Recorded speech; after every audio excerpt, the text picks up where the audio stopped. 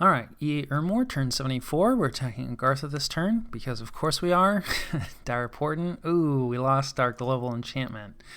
So it looks like the slots got filled. This is rough. So, I was thinking, like, there's a decent chance it'll get dispelled. We pretty much had a minimum cast, and so, like, yeah, a lot of global enchantments are going up, and someone overspent it, and so we're going to be able to do a lot less fire stuff. Of course, with Ill Winter and Murdering Winter, but, like, yeah, this hurts, but, we probably should be trying to move away from fire stuff at this point anyway. So we'll see. Maybe we'll try to put it back up or something else. And then let's see, what did it get replaced by? Okay, so it got replaced directly by Russ. And, like, yeah, seems to be the way that most people choose to dispel, right? Rather than dispelling a global that somebody wants to get rid of, they'll just overcast it. So yeah, this is extra unfortunate, right? Since obviously Russ is our direct opponent. Would have been better, if Niflheim or someone else had taken it. And then, we're summoning a Flame Spirit. Definitely don't have the fire gems for that kind of stuff anymore. And now we're getting hit by Mind Hunt. This is our assassin. Yeah, should have moved him out probably because, he knew he was there.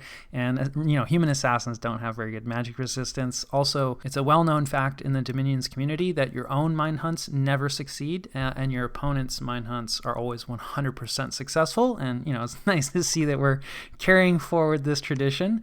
But, that's not the end of the world. We're also bringing in a Lar, and then let's see, we did some arcane probing, because, we would like some more astral income, so sure, why not? And then we witness a battle between Russ and Niflheim. So let's see, yeah, this is a little raid, cool stuff. So Russ is breaking up his army. Okay, and he ran into, like, some Niflheim counter raiders, or maybe an army. Hang on, let's pause here, because there's actually not a lot of units, but quite a lot of stuff going on. So we have a mix of, like, Creeping Doom, the upgraded swarm, a lot of bugs, with, quite a bit of air elemental summoning, and it looks like basically no bodyguards. So there's just a ton of casters with a ton of gems. There's some anti-magic going up. That's kind of interesting. And then regeneration. So it looks like probably, yeah, some of these guys are kitted out as thugs, and, like, fairly scary thugs. Like, these guys aren't human, right? They're really more like half giants. But yeah, I feel like some people, are like, trying to thug like Russ's commanders, not so much. So, we'll see. And then, yeah, they're up against Nifl Jarls, who absolutely can thug or super combatant.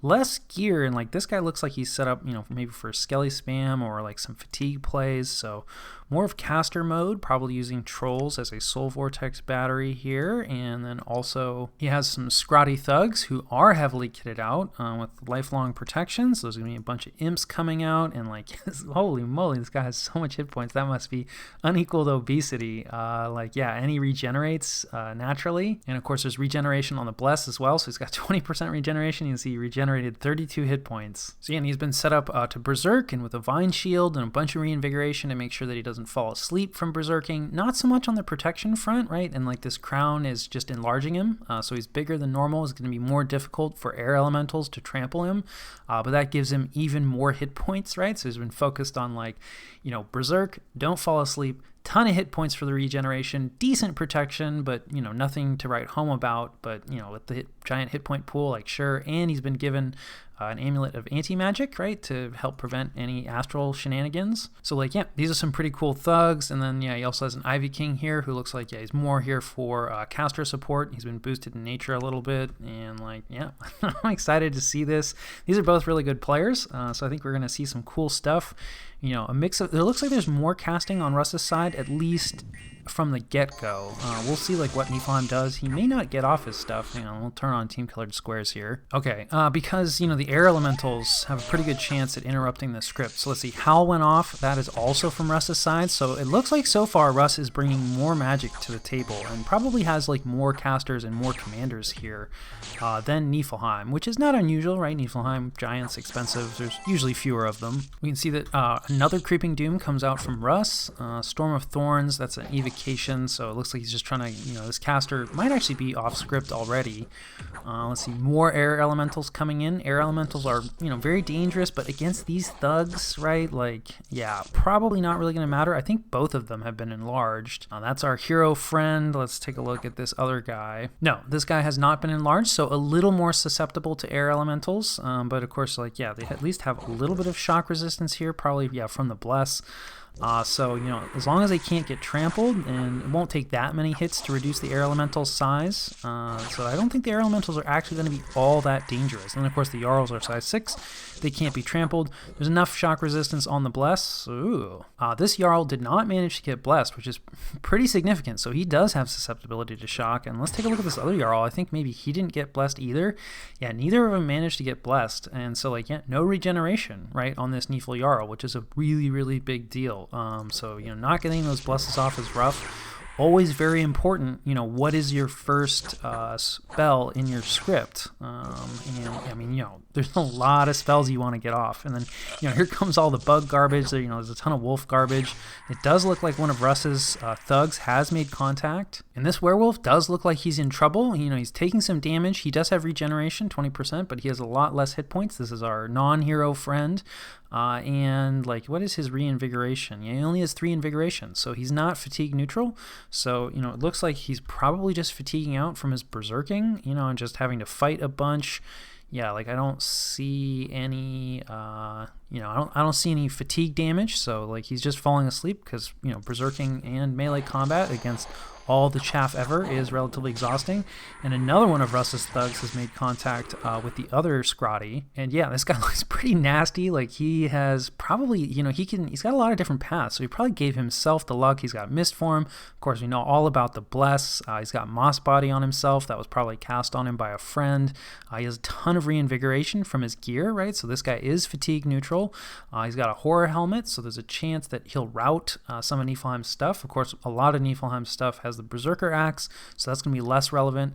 The Lightning Spear, of course, could be pretty relevant, against some of the Jarls. The Jarls are doing some cold evocation casting to try to clear out some of the chaff. And like, this Scrotty is doing a lot better. But yep, that's one Scrotty down, so that was from this guy with great Sword of Sharpness, a classic. This is our Shade Mail friend, or actually I think the Shade Mail guy that we're familiar with was a hero, so this might be a new Shade Mail friend that we're going to see in the future ourselves.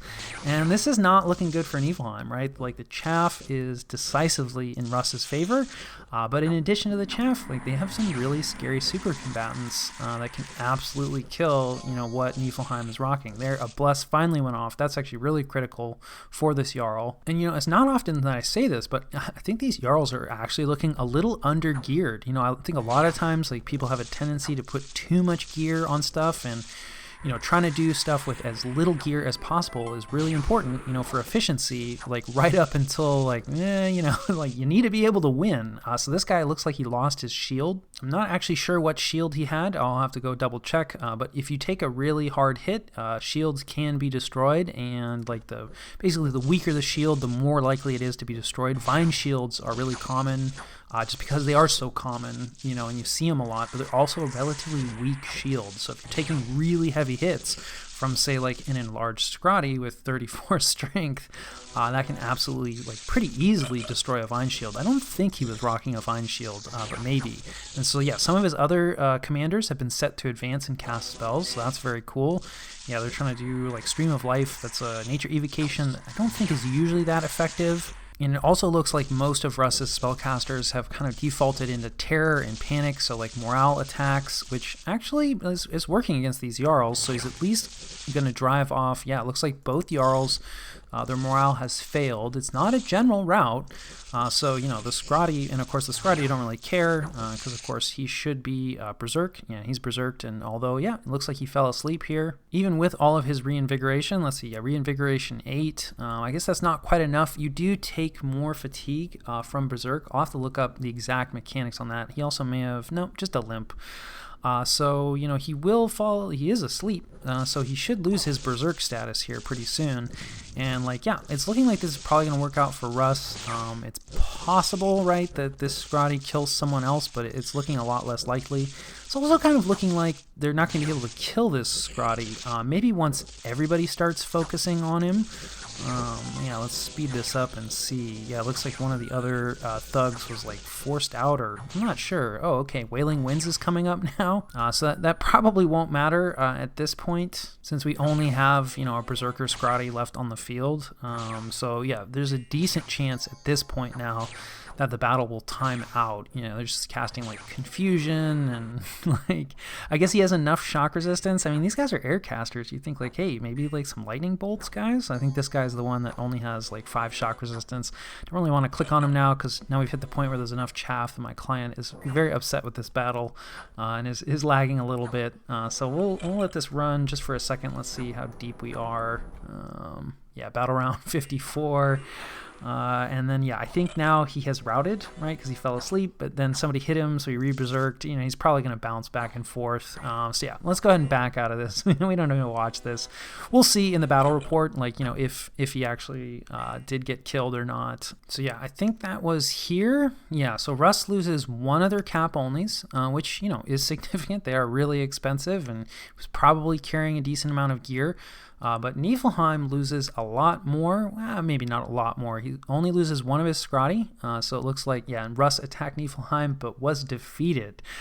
So it looks like he was not able to kill that second Scrotty, and the Scrotty was able to, you know, wake up enough to stay berserked, and, you know, the turn timer hit, and since Russ was the attacker, they route first, and all of Russ's stuff was able to get off because Niflheim didn't really have any chaff to block the retreat, unlike, you know, Russ had too much chaff. In a sense, it at least blocked that Scrotty's retreat route. So Russ does retreat, and that's a little annoying because, you know, these mages will probably get scattered somewhat, but they're so mobile, it's probably not a big deal. And in theory, some of them might die in the retreat, but it's pretty unlikely. But I mean, you know, so Niflheim loses an Ivy King, which is definitely significant. There was some kit on it, and one of his Scrotty, which is also significant, mostly for the gear. But, you know, the losses, like, could have been worse. Obviously, some of Niflheim's stuff retreated and is going to get scattered, and all the same kind of discussion. So, yeah, a little expensive-ish on both sides. But I would say overall probably worked out for Russ better, you know, which is not good for us. Because speaking of Russ, we're supposed to be the ones attacking now, not you guys. Okay, so he caught us, and so like we got pushed. So we were trying to send this army somewhere else, but unfortunately he caught us, and it looks like we got lucky on the magic duel. So let's take a look, but I don't see his astral caster here. Yeah, in fact, we got really lucky. Our augur actually won that magic duel, which is pretty unlikely because these ladies are not astral casters. Oh, she got feeble-minded. Okay, so it removes the magic skill. But yeah, I think normally they're astral 2. I'll have to double check that. And of course, like our augur is only astral 1. So we got very lucky there, and much more likely that we die. And, you know, more likely that like we just lose entirely. 1 air elemental, we're not really going to care about that. Our equite are here, and we have magic weapons. And yeah, this is looking pretty good. You know, there's some bugs, but we don't really care about that. I don't think this guy is super geared. Oh no, he is super geared. So this could be a problem, but we have enough magic support here. Let's see, what are we throwing up? Ooh, Ravenous Swarm. That's definitely a big problem for us because we do have a decent amount of white mages here. Luckily, we are summoning a bunch of skeletons, right? And there's the Ravenous Swarm, so it's going to eat just random undead. So there's a pretty good chance we lose one or all of our white mages, and like that's just sort of an issue with this style of army. Definitely like some undead chaff if you're using white mages, like pre-summoned, to make sure. Yeah, so there's a magic duel, another magic duel, which worked. Wow, Castor is just really killing it right now. This was much more likely to succeed because they're the same level in Astral, but still, he survived 2 magic duels, one of which was not in his favor, and he resisted the Blood Vengeance, right? Because when he killed the Blessed Sacred, the Blood Vengeance comes for him, but he resisted that too, and like all he has, like, he just He has the Clam of Pearls, which doesn't do anything for him except, give him enough astral pearls to do the magic duels. So, this is just, he's an old dude in robes who just kicked some serious butt. So, thank you very much, Castor. We got really lucky there. And of course, our fire stuff is not loving the cold, and we're getting hit by these sprites that are, kind of putting us to sleep a bit. But I think, we should, these are just like mages, and that actually works out great for us. We'll see if we lose some white mages to the Ravenous Swarm. Nice to have things, go our way for once. And speaking of things going our way, we don't lose any white mages. That is all upside. So very happy about that. And then we have an attack by Niflheim against Russ, which we're catching. So probably a raid. Yeah, so this, I think, actually is a remote attack spell where you just summon in, it's just creates some imps and some devils who I think you get control of, and there's just some province defense here, so they should be able to take this. They get the route, so that works out for Niflheim. And then we have one of our over-kitted assassins trying to take out a Thunder Priest. This is one of our black bow fellows, our only black bow fellow actually, who is left. And he looks like he misses with his first shot. I don't think body ethereal is really going to matter, because I do believe, this counts as magic damage. So poor choice on, the luck is going to matter, but poor initial choice. But hopefully we can get the Feeble Mind. Luck will not help him against the Feeble Mind. And come on, man, can we just, Lightning Bolt is going to matter. Our Vine Men are very unlikely to do anything other than to, soak things up. And we're just missing all over the place. I don't think there's a storm. I mean, it does look like it's snowing, but it's not like it's a perpetual storm or anything like that. It looks like we do get the damage. But we do not get the Feeble Mind, so maybe that damage came from a Vine Man. Let's see here. 0 points of damage from the bow, right? And of course, this is the other issue. This guy doesn't have any protection. How are we not doing damage to this guy? So I don't know. Definitely would not do these black bow assassins again, at least not with humans, I think. You really need, or if you're really going to invest, it's give them some strength boots and some strength items. The Twist Fate Charm is absolutely not worth it on a bow assassin. I mean, it's nice on assassins in general, but it's we really need to be able to deal that damage, because this is just a lot of kit for this to be going this poorly. And then of course, the bow assassins in general, they just miss too much.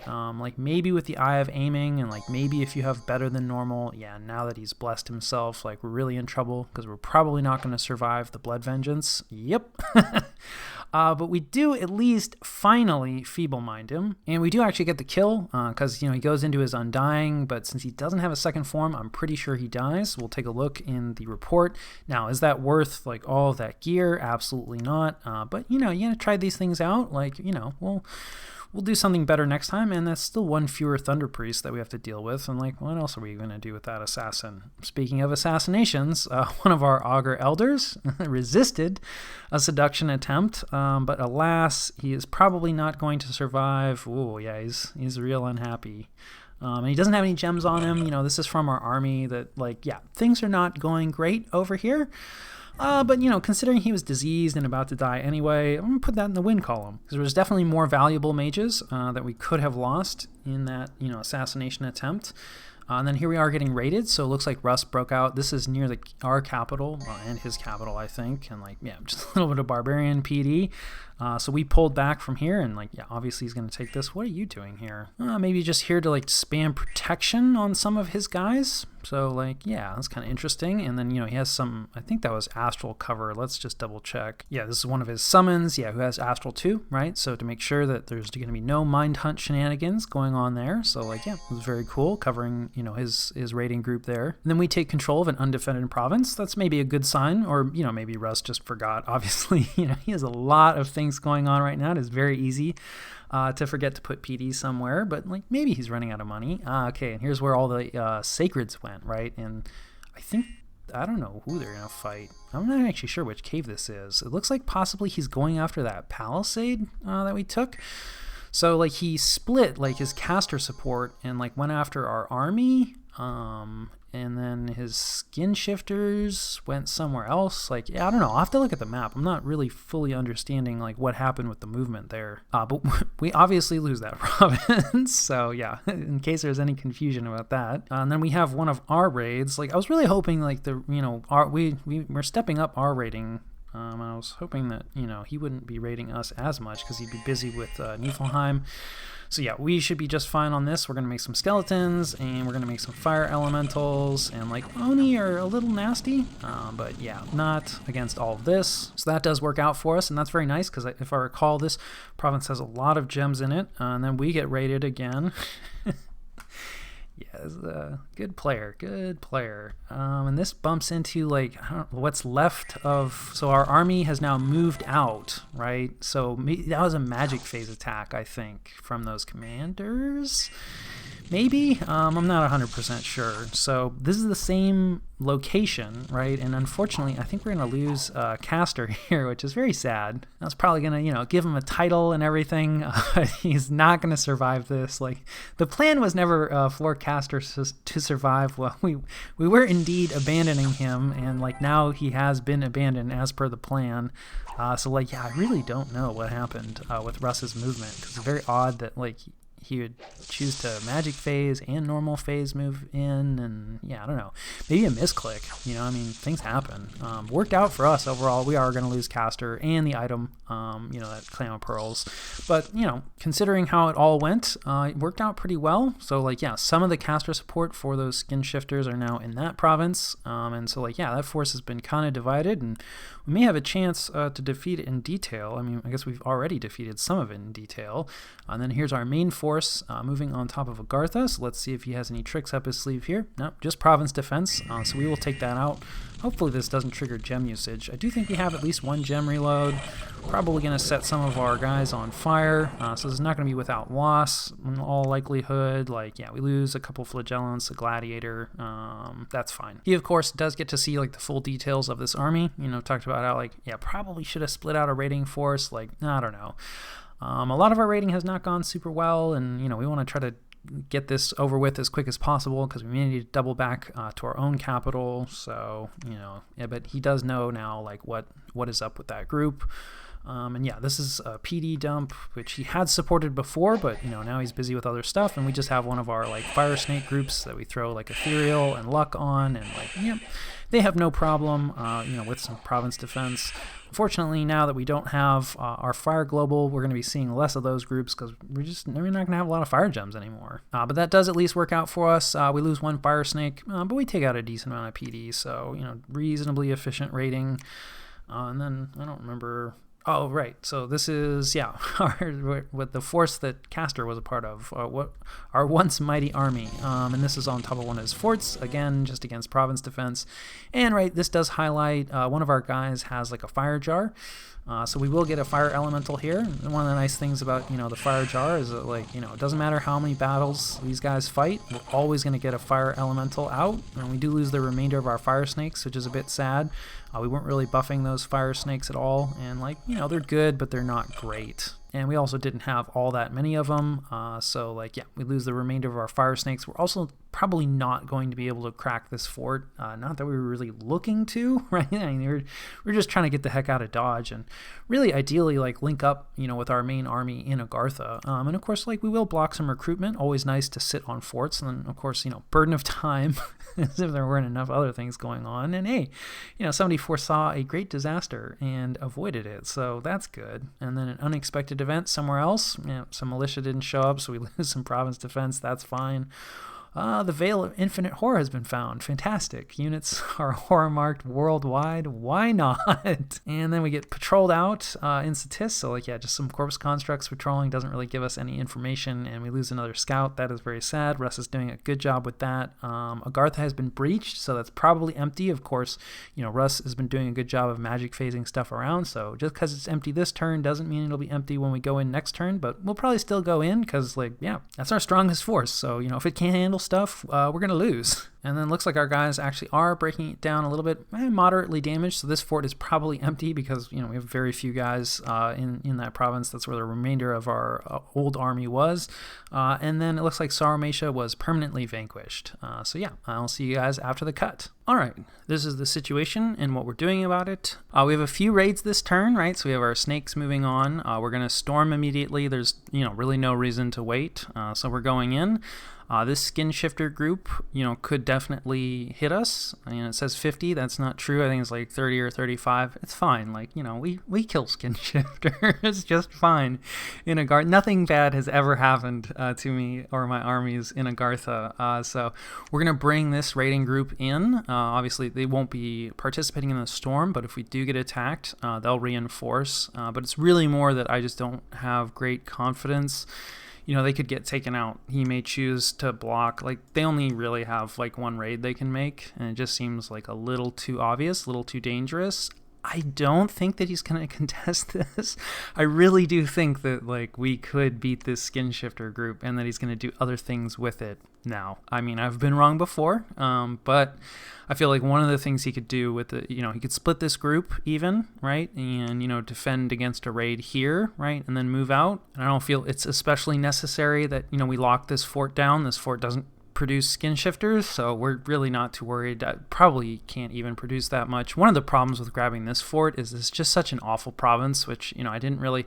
Caves usually aren't great in terms of like population. They actually usually have pretty good resources, but yeah, this is a particularly sad cave. But I don't think this is like an amazing fort, so it's not going to be able to produce that many troops. So anyway, we're not making a raid with this group because we're worried it's going to get knocked out. This group, oh man, I just don't know. I feel like this is the obvious move, and since he has mountain survival, he could certainly move some of his units in to block, which would definitely be worthwhile because there's a lot of gear on these guys, and there's still some pretty powerful mages in here. So we're going to backtrack just because I think it's going to be unexpected, and we have a chance definitely at beating this, and we're also turning on the mine hunt battery again, right, because this has lost its astral cover.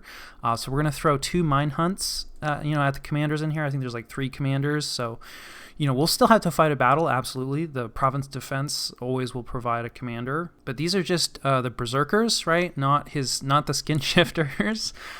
So yeah, and I just don't think he'll be expecting it. There's a good chance that this just moves out anyway. And then it's still not going to be a great position for these units. I'm not really sure where we're going to go from there. It really kind of depends on where his skin shifters go. But ultimately, we would like this group to try to reconnect at least with elements of this army. So yeah, I don't know. We'll see how that goes. And then in the north, things are relatively quiet. We're moving out like a counter-raiding group here of like medium commitment, which I don't know. I went back and forth on this, definitely. I think this is enough stuff to beat, these skin shifters, like definitely.